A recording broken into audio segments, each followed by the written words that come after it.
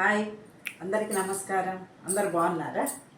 ఈరోజు నేను మెంతులు కూర వండుతున్నానండి. అది ఎలా వండుతానో మీకు చూపిస్తాను. ఈ స్పూన్లో 1 స్పూను బియ్యము, 1/2 స్పూను మిరియాలు, ఇదిగోండి 1 స్పూను మెంతులు, 1/2 స్పూన్ జీలకర్ర అండి వేయించుకోవాలి. ఇదిగోండి, ఇది వచ్చి ఎల్లిపాయలండి, తెల్లగడ్డ. ఇది వచ్చి చిన్న చిన్న ఉల్లిగడ్డలు ఉంటాయి చూడండి, అవి ఒకటి, పెద్ద టమాటా ఒకటి, కొంచెం కరివేపాకు, ఇదిగోండి చింతపండు పులుసు 1 గిన్నె, 2 స్పూన్లు కారము, 1/2 స్పూన్ పసుపు, 1.5 స్పూను ధనియాల పొడి అండి. ఇది వేయించుకోవాలి. ఇంకా కొంచెం వేయించుకుంటే చాలు. ఇది వేయించి పొడి చేయాలి. ఇది చల్లారిన తర్వాత పొడి చేసుకుందామండి.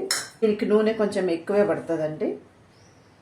1 స్పూను ఆవాలు, ఇదిగోండి చిన్న స్పూన్లో 1 స్పూను మెంతులండి. అండి ఇవి బాగా వేగాయి అన్నమాట. ఆవాలు, మెంతులు,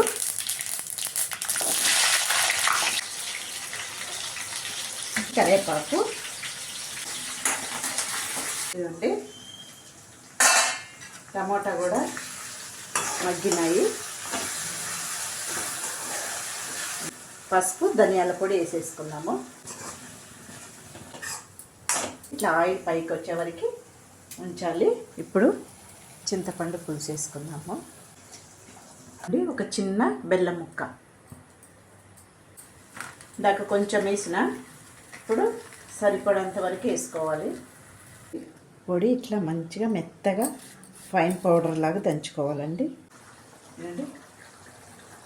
దంచి పెట్టుకున్న పొడి ఇట్లా వేసేసుకోవాలి. ఇవ్వండి, కూర రెడీ అయిపోయింది. ఇట్లా దగ్గరికి రావాలండి. ఇట్లా ఆయిల్ అన్నీ పైకి వస్తే కూర రెడీ అయినట్టు. ఇవ్వండి, పొయ్యి కట్టేసుకోవాలి. ఇప్పుడు పొయ్యి కట్టేసుకున్నాము. ఇవ్వండి, ఇదేనండి మెంతుల కూర. బాగుంటుందండి వేడి వేడి అన్నంలో వేసుకొని. ఇప్పుడు మనకి వర్షాకాలం కాబట్టి చాలా బాగుంటుందండి ఈ కూర.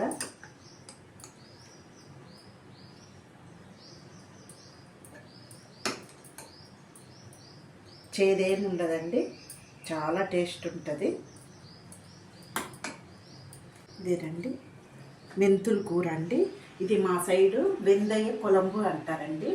వెందయ్యం అంటే మెంతులు, కొలంబు అంటే కూర అండి. తెలుగులో ఇది మెంతు కూర అంటారు అండి. ఓకే అండి, ఈ వీడియో మీకు నచ్చితే లైక్ చేయండి. బాయ్.